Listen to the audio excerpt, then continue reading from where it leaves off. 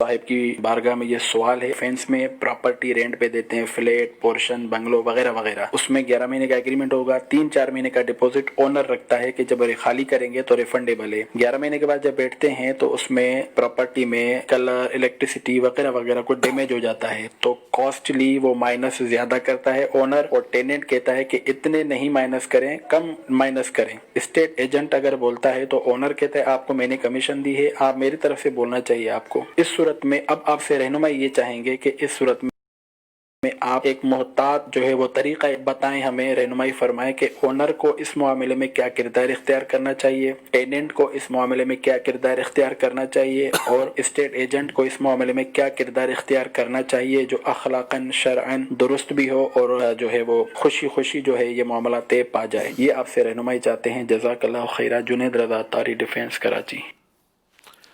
माशाल्लाह।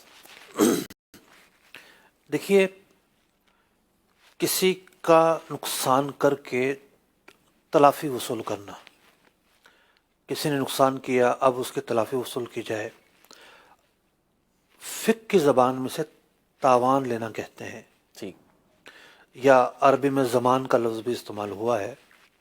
ये बड़ा ही अहम मौजू है। बाज़ फ़ुक़हा ने तो इस पूरे मौजू पर किताबें लिखी हैं, किताब ज़मानात के नाम से। फ़िक़्ह की हर किताब में अलग से भी बाब होता है और जो मुतल्लिका अबवाब हैं उसके तहत भी सूरतें बयान की हुई होती हैं।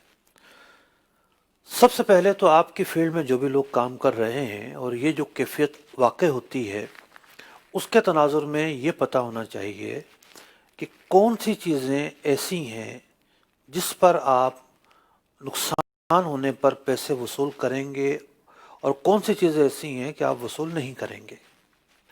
मिसाल के तौर पर खिड़की का शीशा टूटा हुआ है।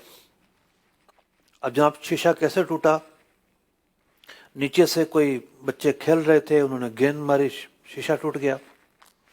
जो किराएदार है इसमें तो उसका कोई कसूर नहीं है, उसने तो शीशा नहीं तोड़ा, तो उसकी बात सुनी जाएगी वो क्या कहता है। अगर वो कहता है कि जी हमारे घर के एक बच्चे ने गेंद मारी उससे टूटा है, तो बिल्कुल इनसे पैसे वसूल किए जाएंगे।